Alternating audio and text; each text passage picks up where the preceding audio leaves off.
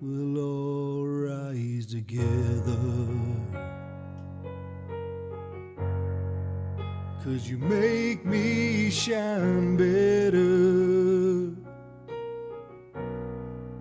and we'll all rise together. Good morning, good afternoon, and good evening, wherever you are in the world. My name is Jade, and this is How to App on iOS. When the night is cold and lonely, we all shine together. And yes, this is the return of the W.A.R.T series, number 21. And if you're lost and afraid, You can't always get what you want on demand. We all rise together. We all rise together. 'Cause you make me shine better. And we all rise together. Make me shine better. And we all rise together. We all rise together. Make me shine better.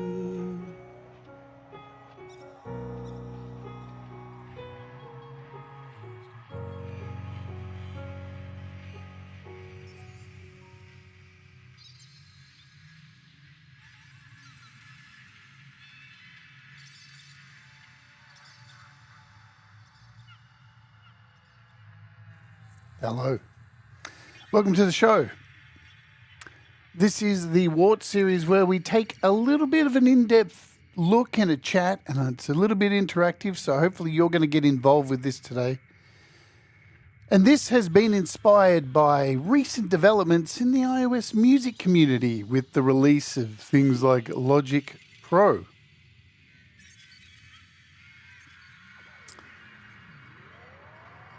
We live in the future, and sometimes it may not seem like it, but that's only because every day we are bombarded with something new and shiny to distract us from the last new and shiny thing that happened only minutes ago. As creative types, we've never had it better than right now. We as musicians have tools in our hands.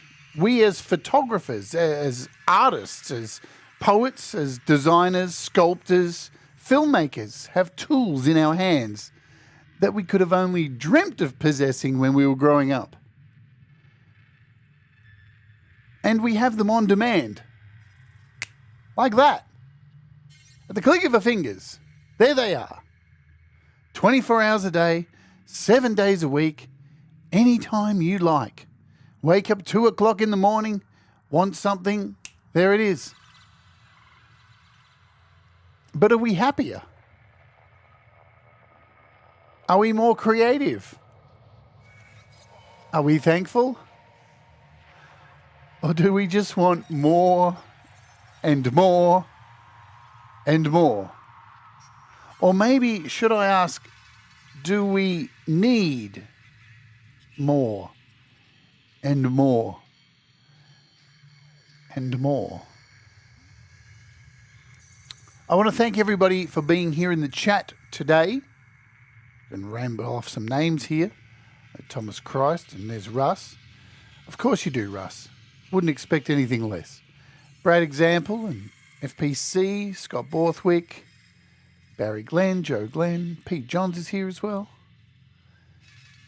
I want to ask a question to you guys, and if you're watching and you're lurking, please feel free to join in. This is a discussion. This isn't me just shoving my opinion down your throat. That's the last thing I want to do today. because we all have opinions and we all have wants and needs. Hello, Leela. I want to ask you, do you remember a piece of technology that you were wowed by when you were young? Something that sticks out in your mind growing up when you were young that you were blown away by. I want to hear about it in the chat. Put it in there. And I'll tell you a little bit about mine. Because there's been many. There's been many. The first piece of technology that blew my mind was a film. Was a film called Star Wars. I saw Star Wars at the cinema and my brain exploded. I couldn't believe the things the things in my imagination had come to life. It was right there. It was amazing. Yeah? And not long after that, the technology that made that blew my mind even further, which we'll talk about. Valerie Bart writes, a Tascam 2-tape 4-track recorder. Still use it, honestly. Absolutely. I wish I had mine still. Russ says a VCR. I don't know why he says a VCR. He hasn't given me much explanation there. Hello, Princess. Leela's was a Walkman that came out of nowhere and she was able to listen to music.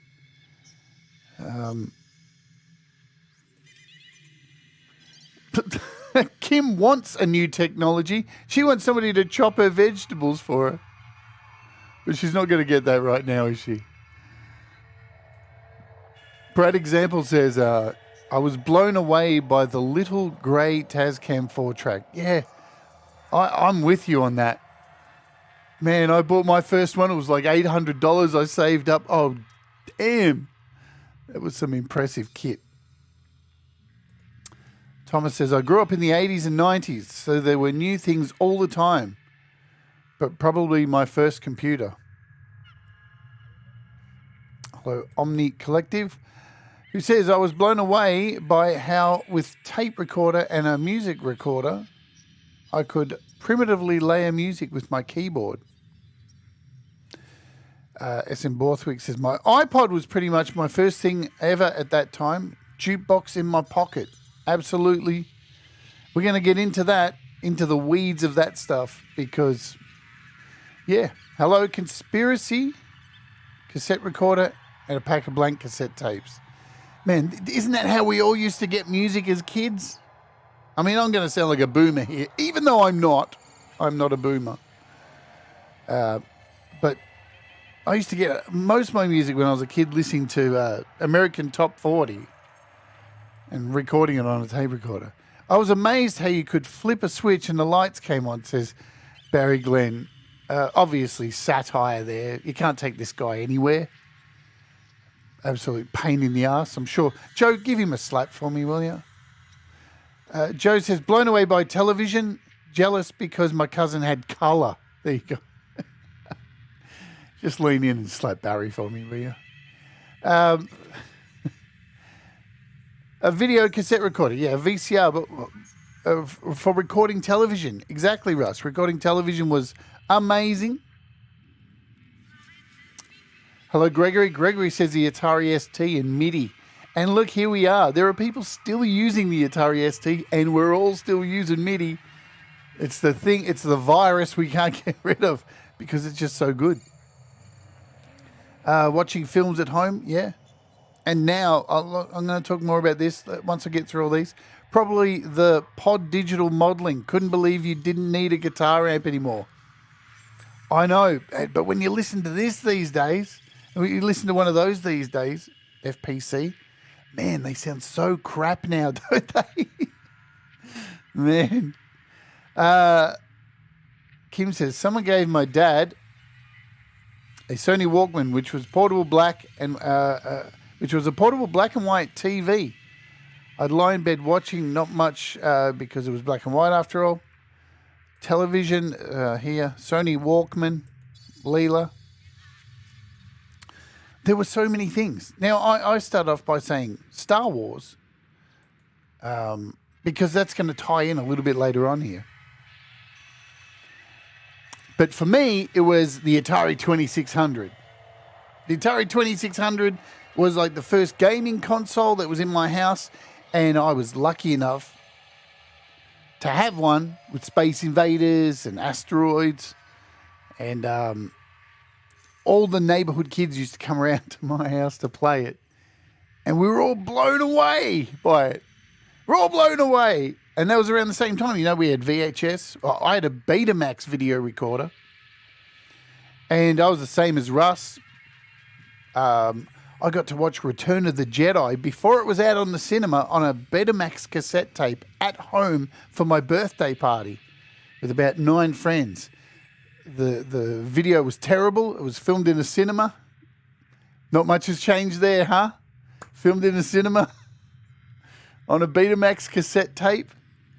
It's just these days it's a little bit different, the delivery method. We used to have to go around to this dodgy guy who lived in Altona, who lived in a granny flat out the back of someone's house. It was like a drug dealer, and we'd have to go there and buy Betamax cassette tapes with like Return of the Jedi, the Blues Brothers, Evil Dead. And it was all dodgy, and I remember that dude got busted pirating those movies. What a different world. Joe says first game would have been Space Invaders and Pong, yes. Betamax. I mean, there were 2 types of Betamax too, Jenny. There was the big Betamax, which television used, and then there was the consumer Betamax, which were the smaller tapes before VHS came in and took over. And Betamax became a thing of the past. Yeah, poor old laser discs. Do I have a sound effect for that? Probably. Laser discs. Thanks very much, laser discs. Thanks for coming. See you later. But an Atari 2600 for me moved on to a Commodore 64. And I'm telling you, we talked about this with the interview I did with Matt Fetcher last week. Let me see if I can find it.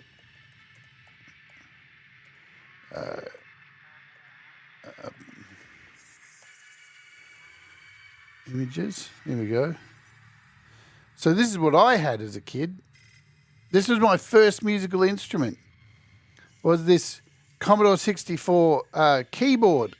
Little thing that sat on top of your Commodore 64, and the piano keys were really flimsy, but they pressed down on the actual keys of the keyboard. The musical keyboard, it was terrible, but it was technology. Yeah, absolute technology. It was mind-blowing for that time. I was literally blown the absolute F away by it. As mentioned, the Tascam was something that I got into when I was probably late teens. I got my first Tascam, bought it myself, saved up. Then we moved on to things like, Pentium 2 computers and computer software to make music like this, which I still have on my PC. Here we go. Look, Cool Edit Pro. Does anyone remember this? Look, I've still got it. It still works. On my so we're heading into software here. Here's Cool Edit Pro. This is Cool Edit Pro 2.1, and it absolutely still works. Look at that! What a beast! What a workhorse!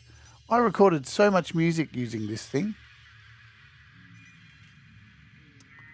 So software came along on computers. We had, and the way we bought things too was completely different, which we'll cover.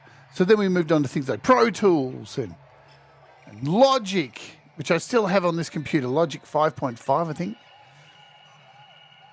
And things like special effects in movies changed to the point that we were going to the cinema each month, if you could afford it, because the price of cinema has continued to rise.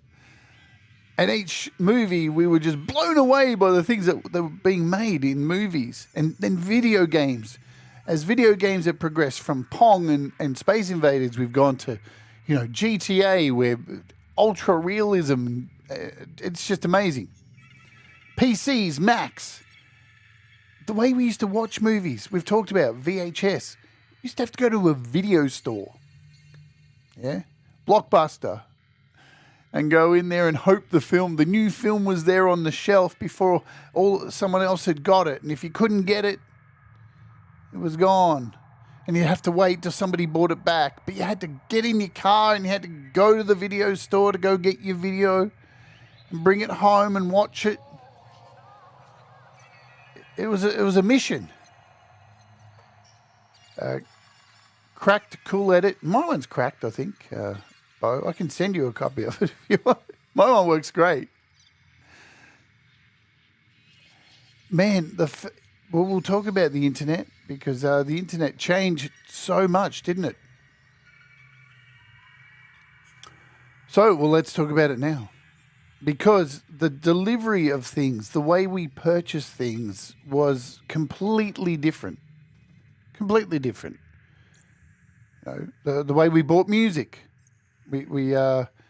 What's creating the music in the background? I can show you that. I can answer that for you, Omni. We're running today.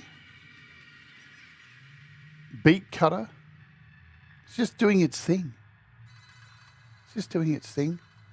And it's running off a music file, which I'll leave it up to you to guess what song is being played in that file. And no, it's not Peter.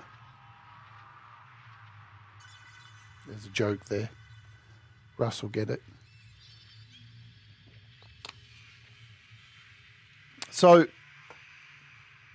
the way we used to buy things and rent movies, yeah? As I said, you go to the video store, we had Blockbuster, all this stuff. Buy music, we'd have to go to a CD store, a record store, cassettes, whatever it is that you're buying. You have to go there and hope that they had it in stock. And if they didn't, you'd have to order a CD and they'd tell you to come back in a week. Like anything, pretty much. I remember even buying gear for making music. My first sound card that I bought was a, what's it called? I can't think of the name of it now. It's pretty shitty. But they didn't have them in stock. I wanted to buy a $1,000 one, but could only get like a $200 one. They didn't have it in stock, and I had to wait a month for it to come in stock. And I had to keep going in and checking if it was there because the very different times. Yeah, very different times. If you wanted something, you had to go out and get it. If you wanted to go and see a movie, you'd have to go out and hopefully it wasn't sold out, Then the internet came along and the internet changed everything, didn't it? It literally changed everything. I remember when I first got the internet, I think everybody did the same thing when they jumped on whatever internet service it was that you jumped on. You probably went and looked at Prawn. And if you remember, it took about 3.5 hours for one image to download. And by that time, you'd kind of already imagined it, You didn't need the images to help anymore. But most people did that, didn't they? They jumped on the internet with this world of information at their fingertips. And people went and looked at the stupidest stuff.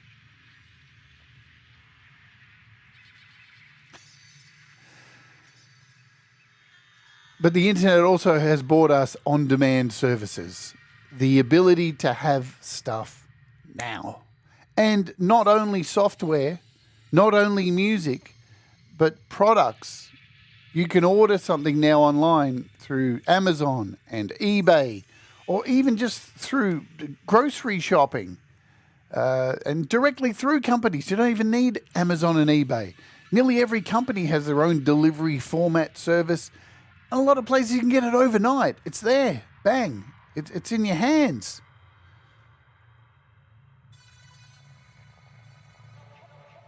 But this also heralded in a new age of content, of the way we purchase content, digital content.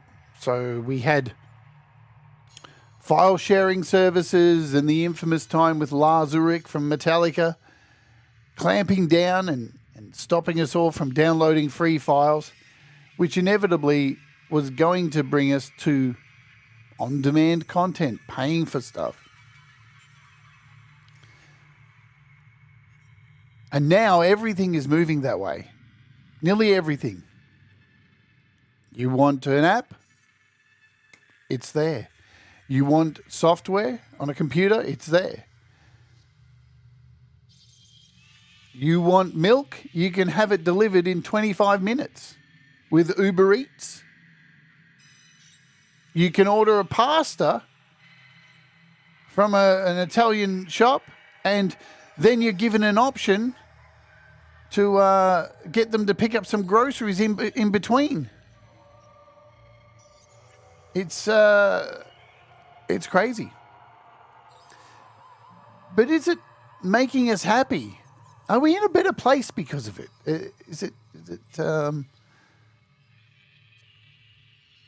Are we happier as people? Hello, Gary Hubbs. And Jenny, Lynn, hello. And Hugh, Peter, and Pax for Music, hello. Are we happier, folks? Are we happier for having this new model of delivery? Because, I don't know, I look around at a lot of forums and stuff, especially around iOS music creation and software. And it seems like everybody's not so happy. Everybody's constantly needing more, or complaining, or not focusing on the good. You know, as I said, we've gone from having an Atari 2600 to now owning an iPad that has the capabilities of a full-on recording studio, something that I paid thousands of dollars to go and use when I was younger. Hello, Viv Sparrow. Thousands of dollars. And now I'm still paying thousands of dollars to buy an iPad Pro. Trust me. But I'm paying for it once, and then I've got it to use as I want, you know? Not only has the our need for content continued with things like Netflix and apps and all this digital content, we're constantly expecting it to be updated all the time, to continue to work for us. Yeah? And it's interesting that we're at this point where that's pushed us to subscription models. We're now at a subscription models are the biggest complaint that we have, because we feel like companies are grabbing a stranglehold and telling us, well, you're going to continue to pay for it, and you don't actually own it. You don't actually own this thing. But the question is, I want to ask as well, we demand so much content as a species, and we demand it so fast, and we demand it to be the latest, and we demand it to be the greatest, and to have all the bells and whistles, and if it isn't, then we need it to be updated to have all those things. But do we use all of them?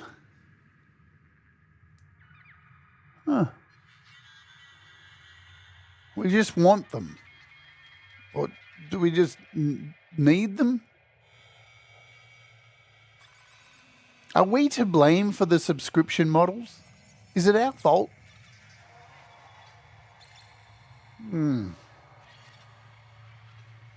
It's an interesting question. So development, the way things are developed, software, music, the way things are created, yes? We used to own everything. We used to, as I said earlier, we'd go into a store and we'd buy something and we'd bring it home and we owned it. It was ours.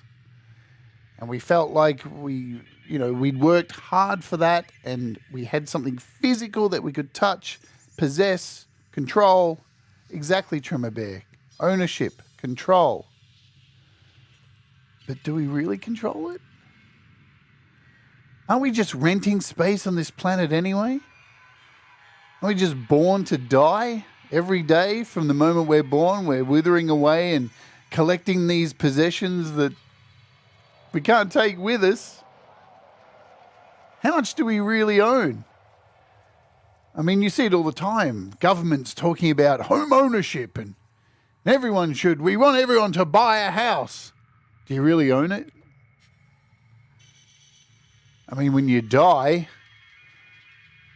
the lawyers swoop in, it gets held up, families bicker over things that are left behind, it gets dragged out. Who really gets all that stuff in the end? It's interesting. Or are we just renting space on this planet anyway until we're dead? Like, you know, if you want to get right down to the grains of it all, the one good thing is musical instruments. At least at this point, you know, we can buy a guitar and own that and hold it and touch it, you know. The music we make with it, we can't touch and own these days. You still can. You can create CDs. It's just nobody's going to buy them. Nobody said on their deathbed, I wish I had more possessions. Okay, maybe the Queen. You don't own a house until your 30-year mortgage is paid off. And then, even then, yeah, you pay taxes even if your house is paid off. Water rates. Bank owns your house. How many people have owned their house and then they miss a certain amount of rates and they lose everything? Yeah, I shouldn't wish it into existence, Pete, should I? A guitar subscription model where you pay $500 a year and they bring around 3 guitars for you to own. And then once the year's up, you pay your $500 and they come and replace all the guitars with new ones, newer models. You know what I'm saying? It could happen. Could happen. Cost me a lot of money to own my house, yeah? How much do we own? How much do we own? Interesting.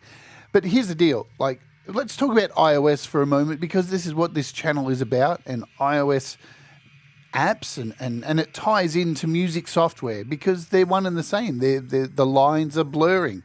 I know there's people out there who, and bless your cotton socks, if you live in a world where you think that iOS is so vastly different than a PC for making music or Mac, that you hate one or the other and you get really upset about it, well, good on you. Have fun with that because it's wasted energy. Trust me. We are all making music on the same devices. An iPad's a slate of glass. A computer's a slate of glass, more plastic glass with the keyboard. It's so similar. But the pricing models and the way that we purchase content for making music is the same across the board, right? And nearly everything, it's getting closer and closer that everything you can buy on a Mac, you can buy on an iPad, you can buy on a PC. It's all the same, yeah? But this is an interesting point. So we used to go and buy software. Again, like buying video games, we'd go to a store and buy software. And then over time, with the internet, we moved to a model of buying software, unlocking it, having whatever protection on it, and then once a year, you would pay a fee to get the upgrades.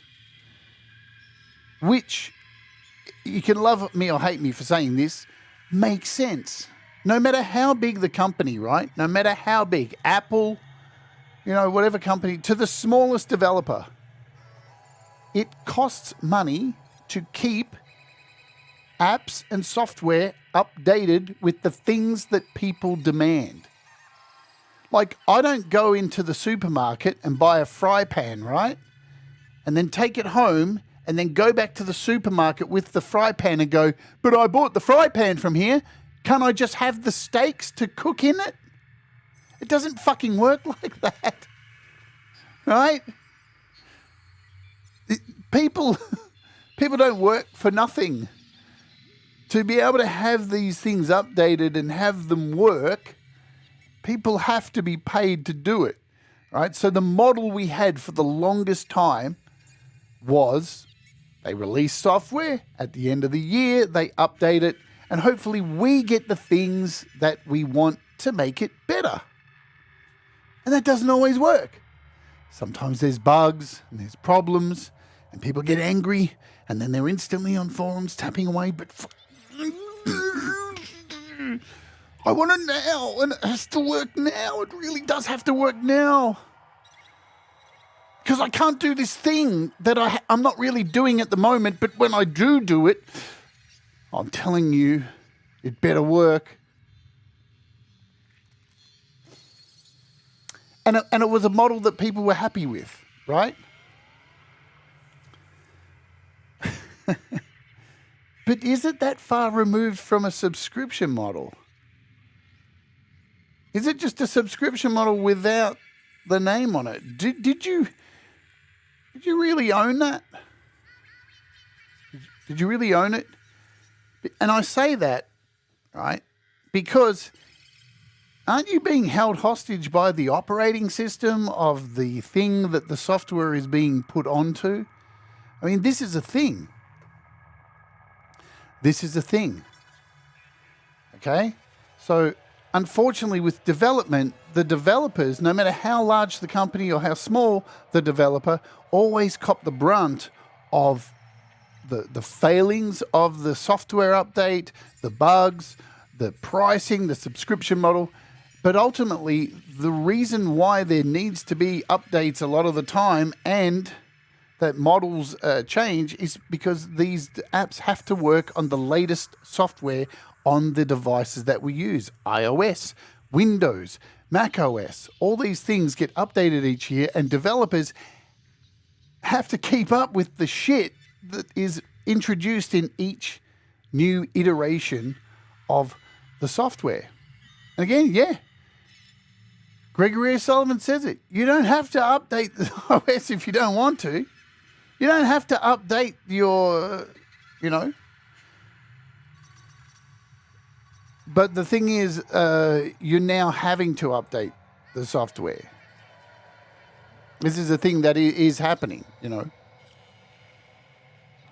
because they will eventually take it away from you, I was thinking about this today too. Like,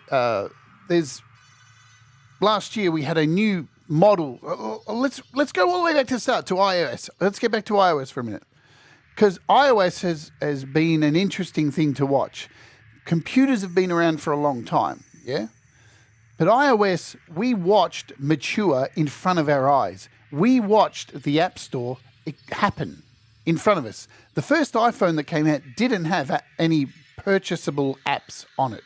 It had a bunch of apps on the device that you could use.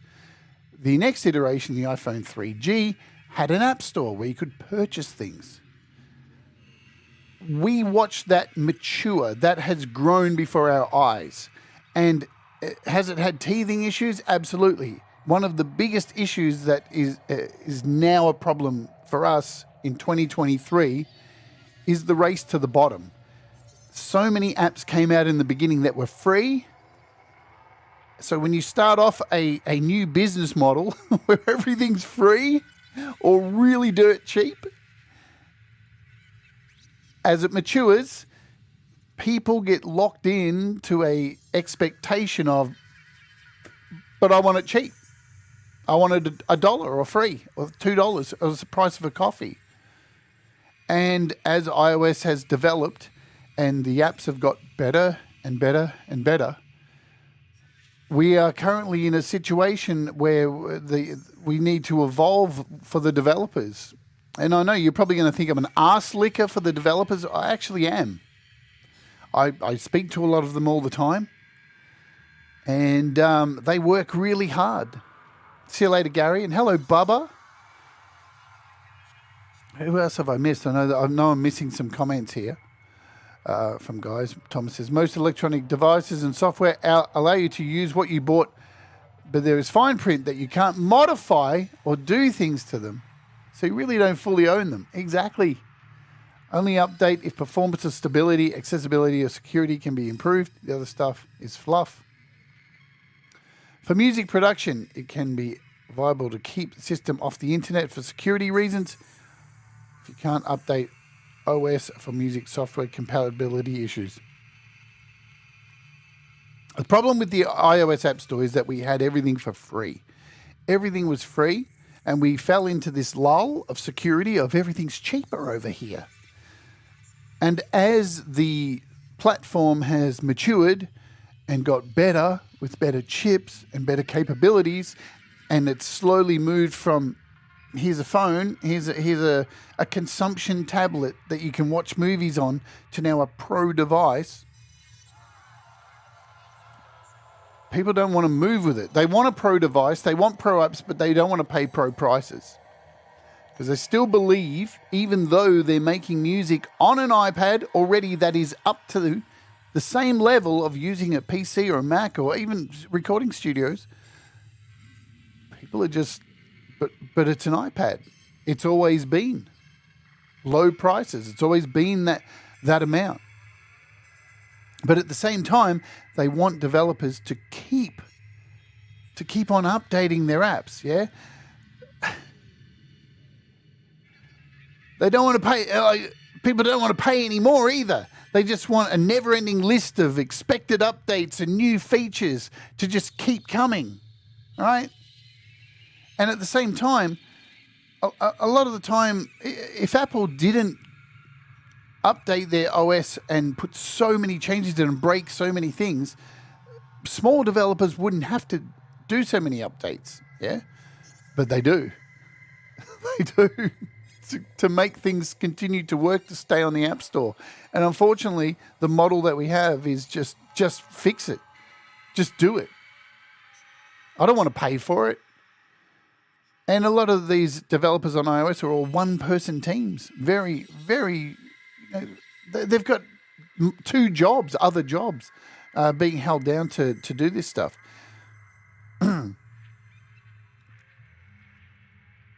Pete says, apps should be free. Music should be free. That would be fine if everybody was amateur, but we want pro music, pro apps, and we generally need paid professionals. Yes. Not all software can be FL Studio with lifetime updates. People think that apps are like Apple apps, which can be free or discounted because of the sheer power of the company, third-party developers. This is the thing. I saw somebody say the other day, yeah, but Apple's a $3 trillion company. What, they don't pay people to work for them? I don't give a rat's red rectum how much money they have in the bank. They've still got to pay people to do things. People don't just... Do you get up every day and go, you know what? I'm just going to go to that place over there and let them boss me around and make me do a bunch of things all day long. And you know what? I'm just going to do it out of the goodness of my heart. It doesn't matter how much money they make, you know. And this is the thing too. This is the thing. I find it strange. I'm mainly using Mac right now, and I'm really surprised at the amount of free and quality apps and instruments. This is the thing. There's so much free stuff. It's crazy. It is crazy. There's so much free stuff.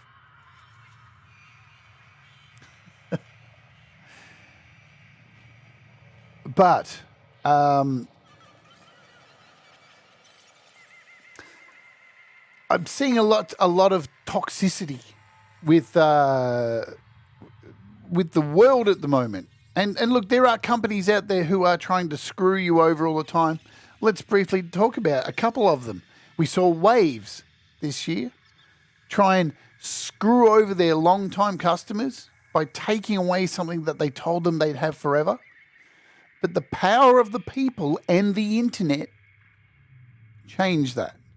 Because we do have the power to change these decisions that companies make. It's just if you want to make loud enough noise. And only this week, even though this isn't a software discussion for this, Twitch came out 2 days ago to all of their creators and did this and said, you are no longer allowed to work with third-party advertisers, and you can only put an ad up the top of your screen that's 3% of the screen. And they just totally did something that was unthinkable for their creators, and the creators let them know, and Twitch came out within a day and changed that. So people do have the power to stand up and say things about the way these large companies do make decisions that are wrong. Because I'm not sitting here defending everybody and saying whatever company says is the right thing. There are some decisions that are absolutely terrible. And we've seen what people can do to companies when they change the way they do business, how they can affect the company. Yeah? Photoshop went to a subscription model a long time ago, and many people jumped off, and because the pricing was so crazy high. There's been a lot of companies who've moved to the subscription models and lost customers because your dollars make the decision at the end of the day. Your money makes the decision. You pay for what you want. If you don't like it, spend your money elsewhere. I'll tell you what's not going to help is continuing to pay that company if you're not happy with it and sitting in a forum doing this and crying into a forum of like-minded people all crying together. You're just going to end up more negative than anything else. I think Apple make an effort to discount or make most apps free as an incentive by the hardware. But your software only company can't do that, so you have to pay to keep the lights on. Exactly. Well, you know, the thing is too with Apple apps too, they don't choose the pricing structure for what they put out for developers, but you know, they keep their stuff free because, well, they buy companies, don't they? Apple, we see it all the time. Apple buy companies that have something that they like, and then they change it and release it as a free thing on their iPhone as part of their OS. But they buy that company. Pete John says, Twitter, Twitch, Cakewalk, Reddit, Discord, all made some interesting decisions, but they're alternatives. Yes, you can. This is the thing, like, you can make a decision where your money goes. It's totally up to you. You know, it's one of the things, like, I get so pissed off about. If I write something on Facebook about Apple just released this new thing that I like, there's always some total... You'll be given just 1 hour. Wrong button. Some total... Again, wrong button. There's always some total... that has to come along and go, but I don't like Apple. And I think I don't give a shit if you like Apple or not. Why are you telling me? But I like Android. I'm glad. You know what? That makes me happy. I don't know why people are so tribal with stuff like that. But I like Android. But I use PCs and they're always... Okay, dude, relax. Settle down. It's okay. You like PCs. I like this. It's all right. The world isn't going to explode. It's not going to invert on itself into like a giant butthole. You know? I like bananas too. I don't actually. They scare me.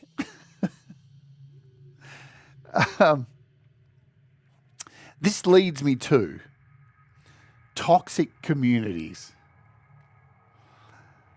Toxic communities. I want to hear from you. Here's a little bit of interaction. So tell me in the chat, have you experienced online a toxic community? Tell me what this toxic community was. Tell us about the toxic community in the chat. Because I've experienced toxic communities not only in, like, you know, music and stuff, in vegan groups. just a vegan group. I just joined a vegan group. Thought I'd just talk about being vegan. Turned out there was a hierarchy. And if you said the wrong thing, which you didn't know was the wrong thing because there wasn't a rule book, man, you were ostracized and hung out to dry, and it was over. So toxicity all over social media. Well, here's the thing, Chad. I think with toxic communities and toxicness on social media, you control it, you know. You control your page. You can make it as, you can allow it to be as toxic as you want. Because Facebook, especially just focusing on Facebook, they give you the tools to take that person who's always going, you know, my life shit, but I never change anything about it, and just put them on mute. You can keep them as a friend, but you can just turn them off. So you have the power to control that. Gear sluts. Wow, there's Pete's just come out and named it. Gear sluts is a toxic community. Pretty sure every guitar group I've ever been in. Yeah. I hate the one-armed drummers community. Yeah, well, you know, they're armed and dangerous.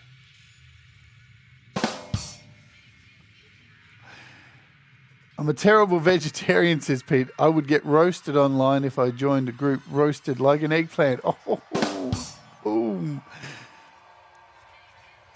But you can control social media. The problem is, I find with toxic groups, and for example, let me talk about this. So I mentioned Star Wars at the beginning, yeah? Star Wars, the perfect explanation of toxicity. I'm a massive Star Wars fan, and I'm sure there are many people who love Star Wars and collected the toys, went and saw all the movies. But back when I was growing up, you got a film every like 4 years. And as a kid, we only got 3 of them. Yeah? So everything else, everything was in here, your imagination, and the things that you wished you could have of Star Wars. I remember as a kid going, I wish there was a TV series. Why can't there be a TV series? Can't they do it? And it never happened. Fast forward, no matter what you think about Disney purchasing Lucasfilm and all of that, we now have TV series up the wazoo. But the fandom and the fans, they're so fucking needy. They're so needy. If something isn't like the exact thing that they wanted in that particular episode, man, do they let people know? Like, but I wanted the stormtrooper with the red thing and Darth Vader had to... You've got a television show, man. It's on every week. And then when this one finishes, another one. This is the thing you wanted. But everyone focuses on the angry stuff. And it's like, but it's too woke and this and that. And they're just not enjoying things. People don't enjoy things. And they get so angry and then they blame it on like, Kathleen Kennedy's this and put her head on a stick. And George Lucas was better and I wanted this. And everyone's just stomping and carrying around like a freaking child. It is so ridiculous to watch. But it is a similar thing that happens across a lot of communities, yeah? And especially music. Making music. The video game industry. Well, the video game industry is a little bit different, right? Video game industry because they release stuff way too early and it's always full of bugs. And the video game industry, it's a tough one because it's a multi-million-dollar industry.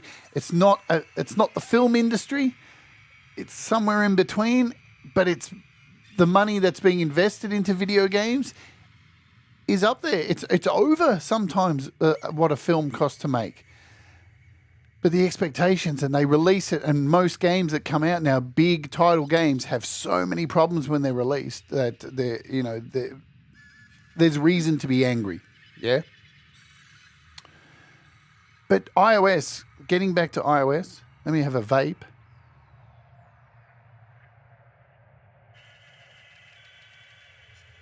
I made a little diagram too, but I haven't used it.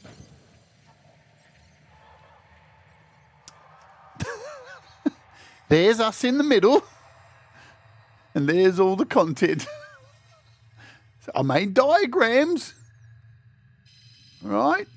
I made diagrams.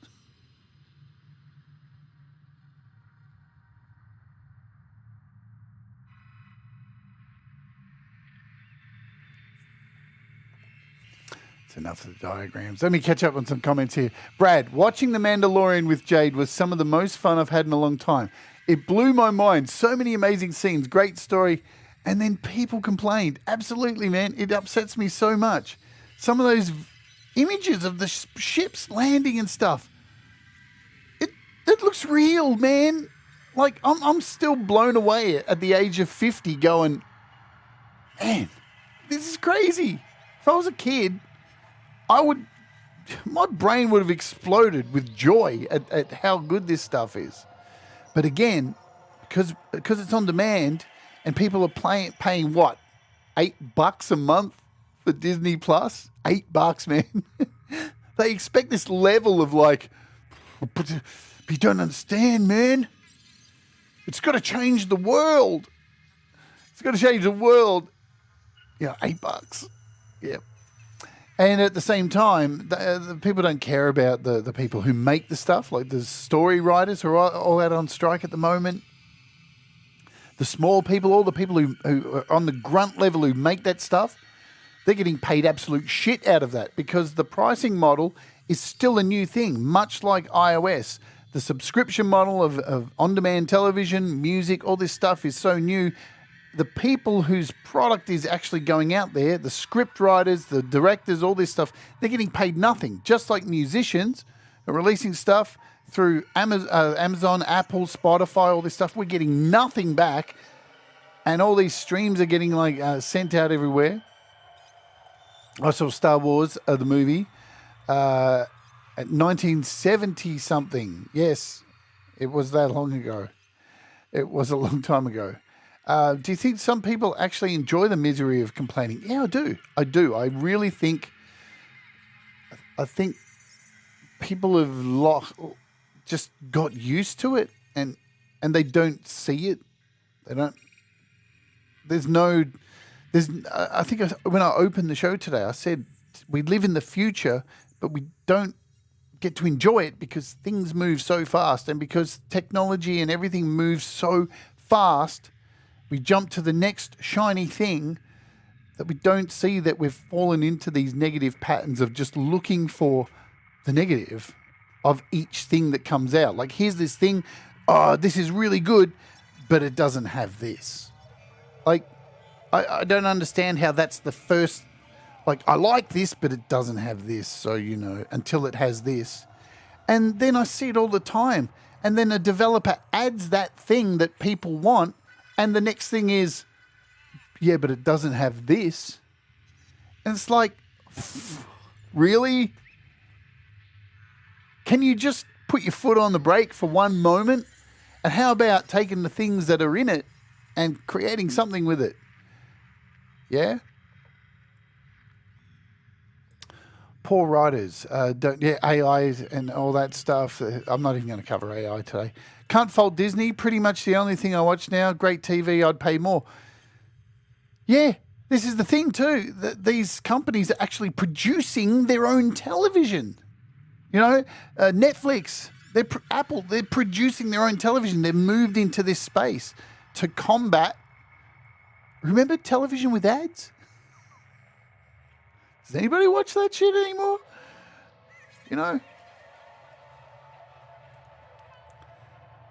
Yeah, look, I'd love to go to theaters, but you know what? To go to a theater here in Australia, buying the ticket and then popcorn and a drink, well,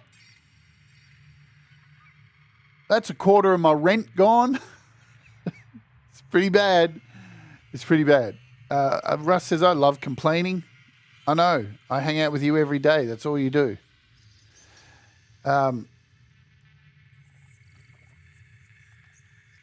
Here's the thing with apps. So we just had Logic come out, yeah? Logic's just come out. And we've been waiting for it for a long, long time. We've been hoping Apple were going to do it. They did. They didn't warn us. They just lumped it on us. They spent a lot of time doing it. Was it ever going to be what we wanted? What each individual person wanted? Absolutely not. There's no way to cater for every single person because everybody has different wants and needs. And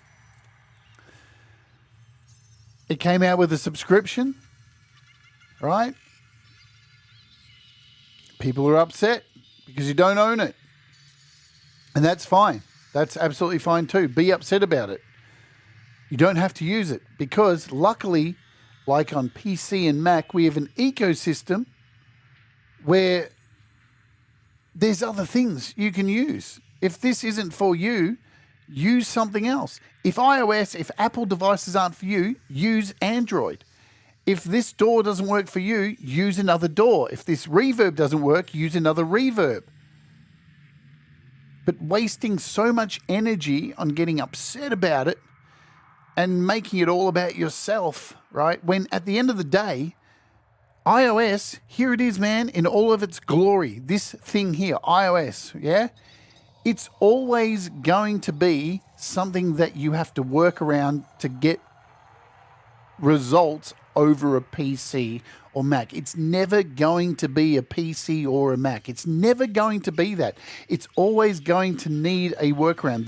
The way it's constructed, the way you interface with it, the way that apps are made for it, it's started out, it's developed right in front of our eyes. It used to be such a closed system. You couldn't even talk between apps.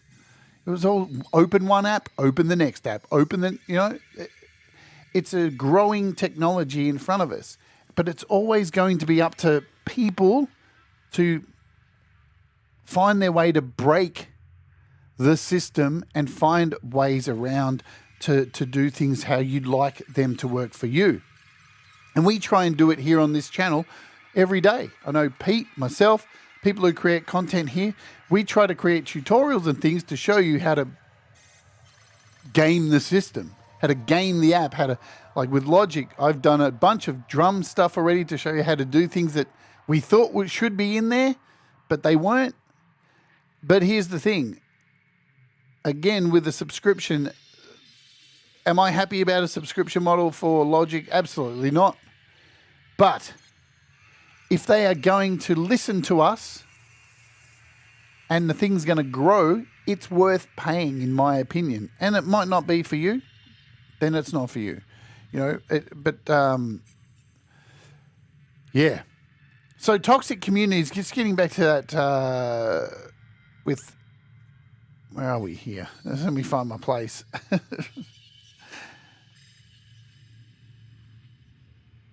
So, talking about owning things and apps and demands we have on apps and the features and things that we want with apps, I'll be honest, when I was homeless, and this is only 5 years ago, I was homeless. I was living on the street. My life was pretty bad. My health issues were terrible. I ended up losing everything and being homeless. Shit happens, man. I never thought I'd be in that position. All I had, though, was an iPad. I had an acoustic guitar and I had an interface. I had a bag of clothes. At one point, I was living in a park. I was going to a cafe and charging my iPad each day, and I was still making music. And I believe I was making better music just with that stuff than sitting here right now before you, owning a studio with electronic drums, 9 guitars, all of this stuff over here is these physical things that I own now. I believe I was making better music then and now than now, with all the pretty apps and stuff like that, because I had to think about it. I had to try and make something creative and cut corners and think outside of the box and use my brain to come up with ways to make things. And basically just using GarageBand, using simple, basic stuff. Sometimes we want all the newfangled things, and then we get them and don't use them. It's true. It's the hard truth. And I think I see it in a lot of the communities at the moment. People spend more time wanting more, but making less. I can't tell you how disappointing it is sometimes doing this show and then reading people online complaining about stuff and then clicking on their profile and seeing that they don't have any music for me to listen to. And I know on this channel I've had people tell me, why do you play people's music on your show? Just review the app. I don't see the sense in promoting apps and how to make music if I at least don't once a day show you somebody from around this community who's making music. Isn't that the goal? Or are we just focusing on the negatives of features of things that we don't really use instead of making music? It disappoints me all the time. I see people come in and in chats and type things, and I'll go back and watch a show and go through the chat and click on their name, and there's no content. People don't have content. I don't understand that.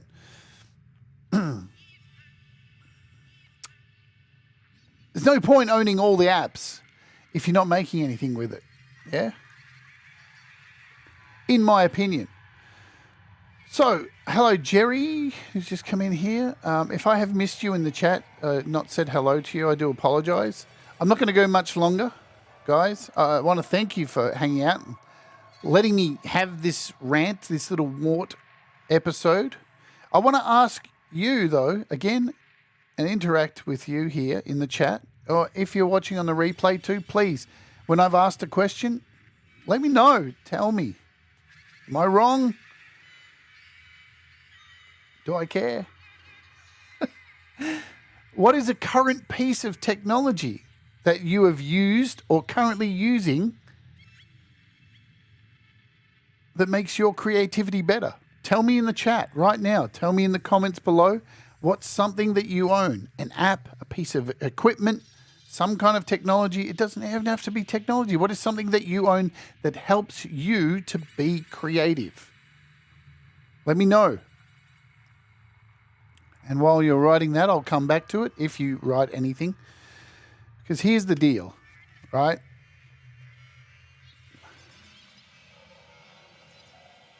We need to start focusing more on the positives of all the stuff that we have. It's healthy for us. It's healthy for us to focus on the positives, right?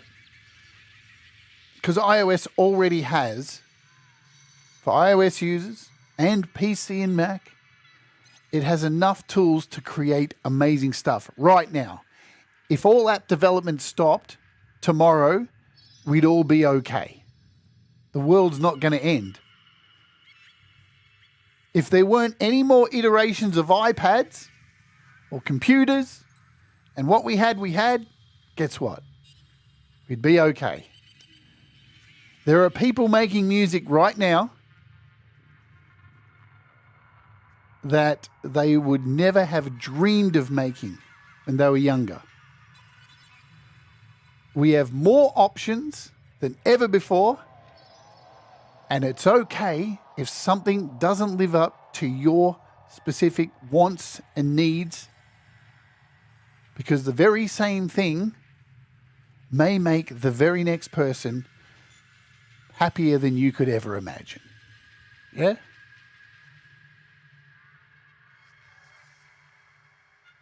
I get to do this show every day, and I get to open up these apps made by one individual sometimes, or a couple of individuals who put their heart and soul into these little apps that we open up and spend $5 to $30 on. And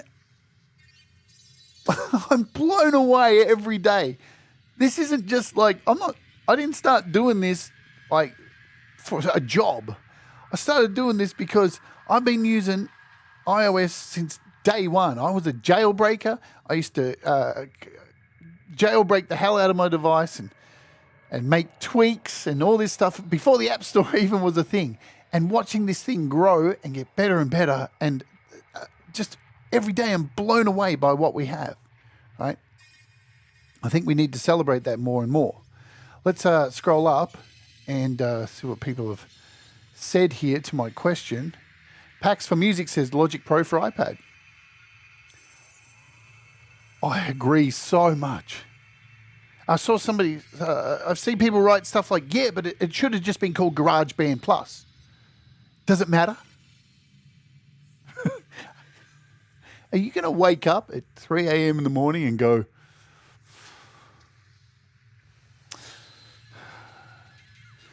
it should have been called GarageBand Plus? Really? Does it matter what it's called? Can you make better stuff with it than GarageBand Lite? Hey, if it should have been called GarageBand Plus, just call it GarageBand Plus in your own mind. Be happy. Doesn't matter. It's such a small thing. No problem, Jerry. It's okay. I'm not a musician. I'm just a music gamer. LOL. Software is interesting on its own. You are a musician, Gregory. You're a creator. Listening to my favorite bands on demand helps me gain ideas for songs, so I can make musician the style of, say, Haken or Snarky Puppy or Good Old Dream Theater. Sorry, I'm reading to the side. I really like GarageBand, Mac, and Logic. Thomas says, Loopy Pro, I just got it recently. I'm really enjoying the immediacy of creating with it. Hey, let's talk about that for a second, yeah? Everybody praised Loopy Pro when they came out and said, we've got a new pricing model. We're going to charge you to buy this app, and then for 12 months, you get to use the app and all the upgrades that come over the next 12 months. And then once that year comes up, we're going to charge you a smaller price for the next year of updates. And everybody went, oh, that's amazing. Is it? Isn't that the model that we've been using on PCs forever? You still only own it up till like a date. You don't own anything else afterwards. And you know what? If Apple decide to change the terms and conditions of a particular app, it's gone. Because here's another thing. Before I continue on, just let me leave this comment up here so I remember where I am. Here's the other thing. iOS has a history, unfortunately, of releasing apps, especially games. Games used to be really bad for this on iOS. They'd release a game, people would pay for it, and then iOS 8 would come out or whatever iOS would come out, and then the game would disappear from the market. And then everybody would lose their shit and go, but that was a premium game. There's heaps of them. Big AAA titles that got ported from PC to iOS, and they just disappeared. And people complained, got so angry. What's the reason why it happened? Who should be blamed for that? Should it be the company, the AAA company that made the game? All right, on very small resources to, however big the resources were. Or does the responsibility fall on Apple, who continually update the OS that breaks the game? Because again, this gets back to this situation of updates. I paid $9 for that game. Does that cover the right to keep updating it for 10 years? I said this example, I forget what show it was. I think it was with Matt Fetcher when I interviewed him. I saw somebody complaining about an app that they bought 10 years ago for like $2. Hasn't been updated to work with Logic. And man, did they let loose. Something they paid 10 years ago, $2, and it hasn't been updated yet. And man, did they go crazy. I thought it was Henny Penny. I thought the sky was falling. They were running around like a headless chicken. It's the end of the world. My $2. $2. Beatmaker 3 is amazing. Thank you, Hugh. Right on, Omni. You sound like Dream Theater. I love all the cool technology at my fingertips. I don't have to comb my hair or change out my jammies to record music. Yes. A favorite art tech, circuit vinyl cutter. I'm addicted. I'll never subscribe to their app. Though, F that. I don't want more apps or tech because I don't want to waste time learning it. My brain is little. That is bullshit. Your brain is big. Let me see. I mix for local bands, so no exciting app, but I cannot tell you what a third set of headphones has done for my sanity. They never bring their own. There you go. Where am I? I write songs with a guitar, a pen, and a piece of paper. The DAW is a really useful tool to make songs presentable. Other apps are just sprinkles on top. Yes. Leela says the iPad Pro M1 is a piece of technology. Jerry says iPad, Logic, my guitar, my voice, my musician friends. What else could I want? And Apple shouldn't break back compatibility. It's tough, isn't it? Because they got to implement these new things and it breaks other things. That's coding, isn't it?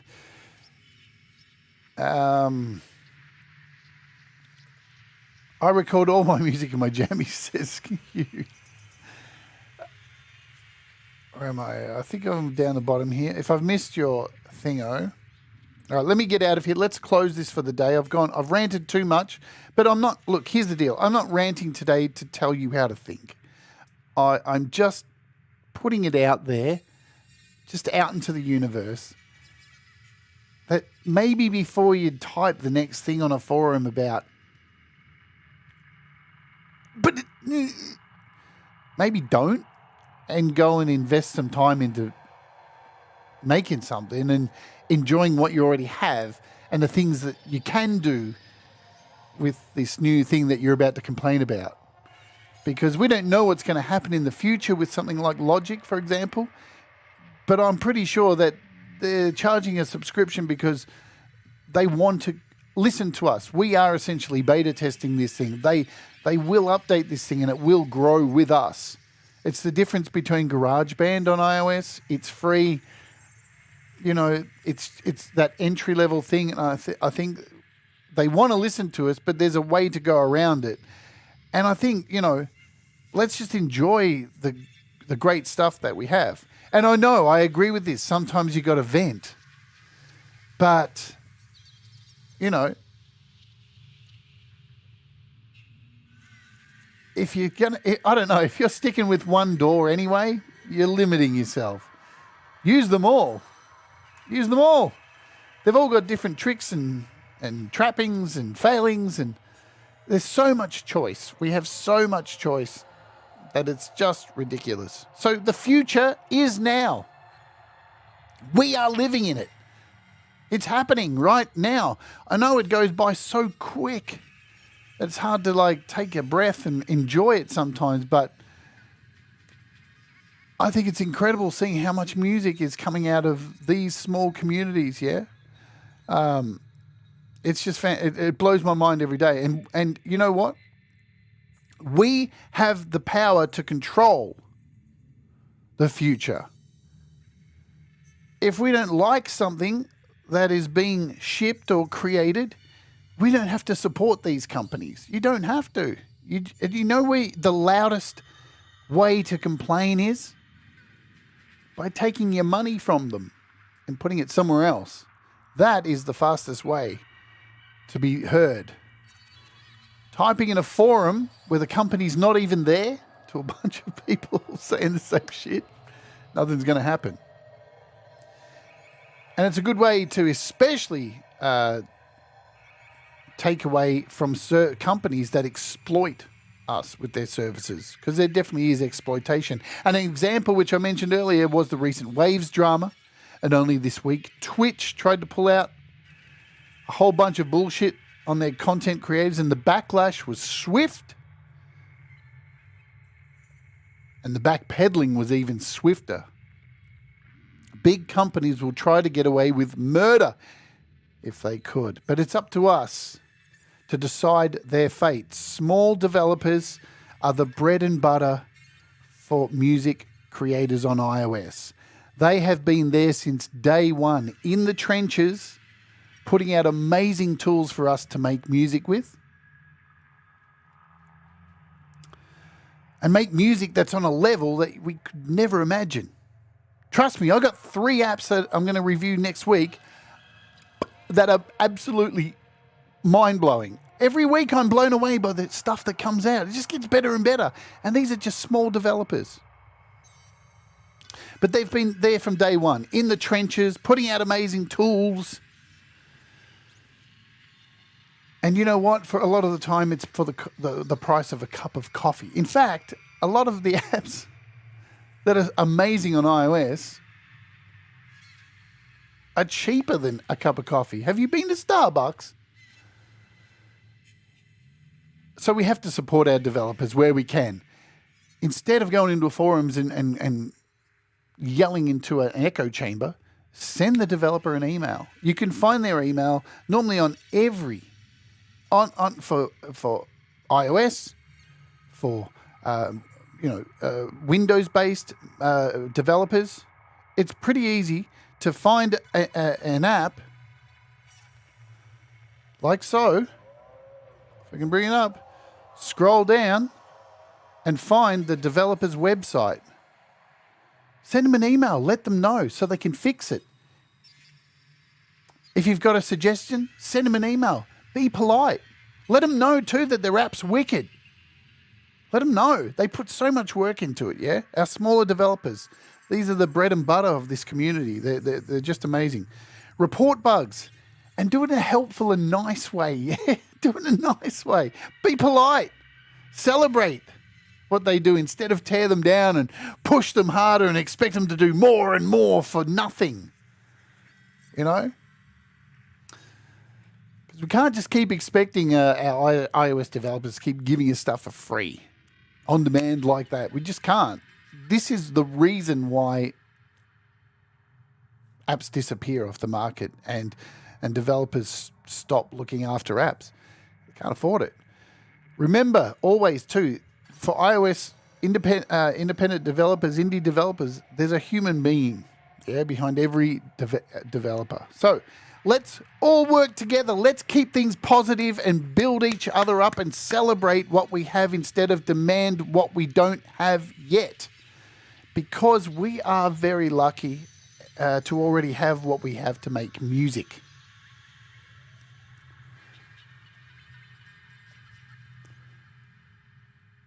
That's pretty much it. Things aren't going to change. Things are going to continue to be on demand. AI is going to continue to be a thing. Subscriptions are going to be an ongoing thing. But we have the power to demand what we want. Yeah? Pete, I've already solved that problem. All right? So I've got a video on it. Piss off and go watch that. Off you go, Pete. Everybody tell Pete Johns to piss off and go watch my video. Look, I hope you enjoyed this today. Again, this is not, I'm not telling you off. I'm just putting it out there just to celebrate more the good things. Every app is cool. There's always so much more in an app or software or stuff that is what outweighs the bad. There's always so much better, yeah? And that's fantastic. I know we kind of fall into a hole. I'm guilty as well. I complain all the time as we get older. It is what it is. Damn you, Sky. So if you didn't know, the sound effects today for the show have been running through Beat Cutter. Here it is. And the music that is running in the background, which I can't play because I get a copyright claim, is, of course, you can't always get what you want.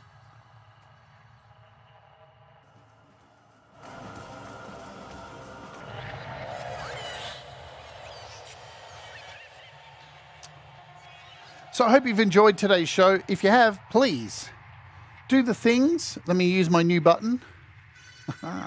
Like, share, subscribe, do all that stuff. It really does help. We nearly got 3,000 subscribers.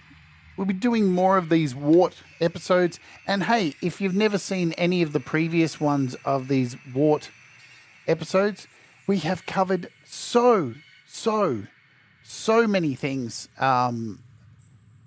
in these W.A.R.T episodes. It started out this series during the pandemic as a discussion on mental health because we were all locked down and nobody knew what was going on.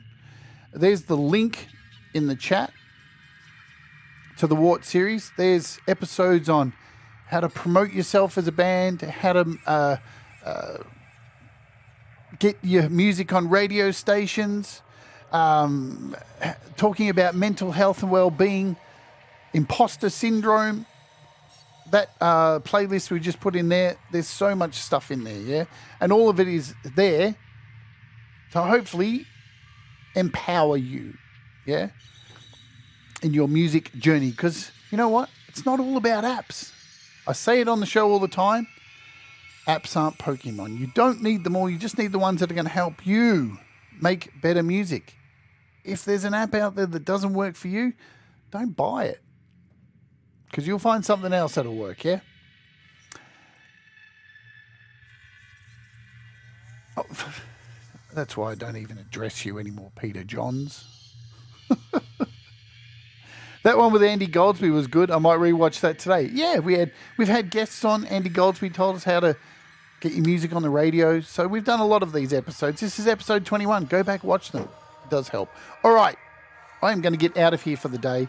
Thank you so much for being here and partaking in my chat, my TED Talk, I guess.